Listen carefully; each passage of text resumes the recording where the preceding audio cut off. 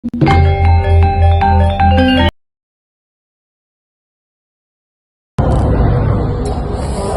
iya, duwe anak loro. Wayu-wayu jan wong tak remang. Kayak anak gak kemana sing ngene. Wayu-wayu. Siji jenenge Siti.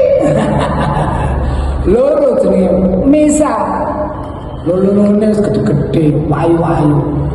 Tapi kokon mulai subuh mau nang pasar gak teko-teko. Iku loro mau nang pasar ta, minggat ya Allah. Coro arek ning saiki ku kono angel.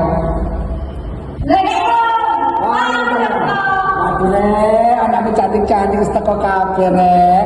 Berarti awakmu berhasil uku apa sih bapak perintahmu nang awakmu. Gak oleh apa-apa, Pak. Lho, kalau apa-apa kan iki apa kok iki? Sepi ya, sepi. Mentang sepi. Mentang sepi? Iya. Kok baru berapa? Iya.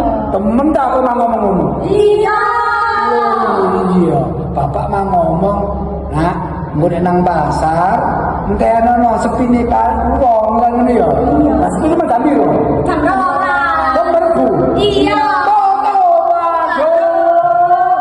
Terus kalau kamu, oleh apa bang? Tuku. Tuku apa? Tuku lombo. Iya.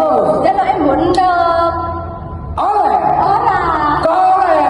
Ya kan ya Allah, dia tuku lombo elone, ndok lombo 5.000. Ndoke 50 gak oleh. Kok gak pinter kok niku. Lah kok Siti, tuku apa kamu? Aku mau gak tuku ayam, terus jaluk mbok daging. Iya. Pak PT gelek mbok daging. Ya oleh dong. Ora, Pak, diseneni aku. Diseneni kok. Iya. Kau pernah diseneni kamu?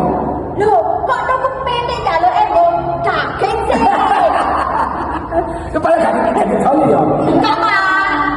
Kau niku kok gak pinter-pinter kan? Sekolah gede ini sekolah gede gak pinter-pinter. Kau ini anak siapa sih kamu?